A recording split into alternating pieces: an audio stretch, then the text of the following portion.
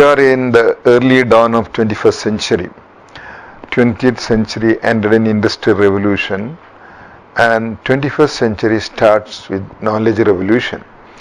According to a very famous writer, Peter F. Drucker, father of modern management, the two growth sectors of the century are healthcare and education, and more on education. We are moving to a knowledge society. We are shifting from industrial society, which has culminated in the last century, to a knowledge society where two things are changing now. Finance as a resource is changing to knowledge as a resource. That's why you find knowledge workers are dominating around the world. Doctors, engineers, technocrats, managers, all who are knowledge based are dominating now. The enormous amount of their savings, which are called pension funds, are the real resources of the finance, unlike the bank finances earlier. The bank itself is coming down because there is no much business as such, but the institution of the savings, which saved for their future, is a large amount, is a part of a new resource. So what is happening? The knowledge workers are generating also finance to meet their requirements. So there is a shift from finance resource to knowledge resource. This is the new trend according to Peter Drucker. Now, India is a large country with history of civilization, tradition, values, culture, religions. 5,000-year-old civilizations in India, and it has got its own personality. The beauty of India is, among its traditions, we are able to absorb the modernity also along with that. And the greatest asset of India now is the large education of our population. If today Indians are known either in the US or in Europe or in any other countries because of our educated people there. They have migrated after having education from India, get enrolled themselves into better education and asserted themselves in any field of their endeavors, whichever field, either corporate work or in the UNO or in any other areas, doctors, engineers, all in USA and Europe you'll find Indians are a dominating minority. So India has contributed to the world. That is one of the reasons was we had the privilege of English as a part of our language, which is a great contribution by the British to our country. Because of the language communication and language connection, which is also the language of modern communication and also a language of modern science, we are able to easily assimilate and go along with the Western countries. Now, our population usually understood 1 billion population, and it is a liability. Overpopulation is a liability. How to feed them, how to meet their needs, and how to help them is a great responsibility from every area, government to the private to the individual to this community. But if you look the other way, we find the trend is changing. Business is where the population is. A good example is in China and also in India. So suddenly we see a new change, the population being explored as a productive thing. More people living there, there's a chance of development. Conversely, you find the Europe is on the decline because the population is diminishing, and the diminishing population in Europe is giving a lot of disturbances, demographic disturbances, the decreased working force there, overwhelming immigrants to their country and disturbing the habit of the particular region. So this is another social problem causing the whole world as such. So India, in this limelight, we find there's a great opportunity. The liability can be made into an opportunity now. The vast population, the majority of who are poor or middle class or lower middle class who do not have an opportunity should be seen as an area where we should tap the whole thing and take as them how we could mobilize them as a resource. It is said that 12% of the population study up to SSLC or the high school or the secondary school.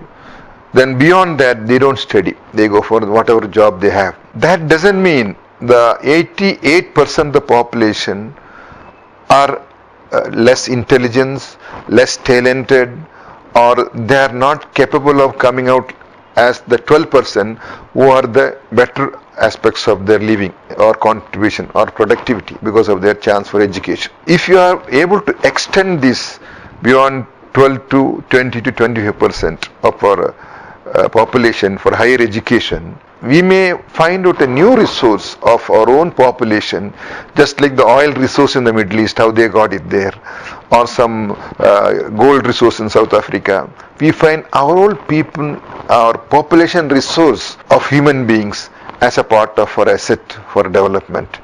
This requires a new thinking process in the changing circumstances. One is the shifting of the economy from the west to the east. Then secondly, shifting from the financial resource to knowledge resource. And thirdly, the vast population which could be availed as a resource for the development. So we have to think in a new paradigm of education and knowledge as development and a resource. In this connection, the government can play a major role in that. The private sectors can play a major role in that. We must have some system where tapping this unfortunate, less privileged, secluded, isolated people, what they call inclusive growth, into an opportunity growth, where they can be given an opportunity for development. A cell or a body or a system can be created. We find out the top people of every high school who scored highest marks, find out their talents and give a chance for higher education. They have their aptitude test, whichever they have interest in that one, and hello maximum encouragement for development, pooling together all our resources from government to private to corporate levels to philanthropic level. We put resources and make this development. One example recently I found is in the Saudi Arabia, where there is a new university established, King Abdullah University of Science and Technology. Middle East is so far, though with their vast oil wealth, has not much focus on education. Of recently, this is King Abdullah's new thinking process, which made him to create this new university. It is called King Abdullah University of Science and Technology. Investment of $10 billion, about 5 to 10,000 acres land, and it is open to the whole world. The method of selection is through internet and on merits. They have to appear for an examination online and qualify themselves. There is no bar for any place or any religion or any community. And in fact, Saudi Arabia is a Muslim country, but the students of the institute is only 25% are Muslims. 75% are non-Muslims from different parts of the world. And what is interesting I found is that they are giving $1,500 as pocket money for them education every month. The whole education is free. Once they complete their education, what they do, they give an economic finance to do some enterprises there.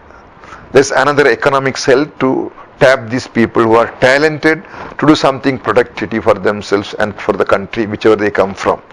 So this is a novel idea which I found in that country. So similar thinking can be done also in India, in our country. So a new thinking process has to come. The traditional, conventional, old type of system has to change. Innovation is a part of development. Unless we innovate, we won't develop.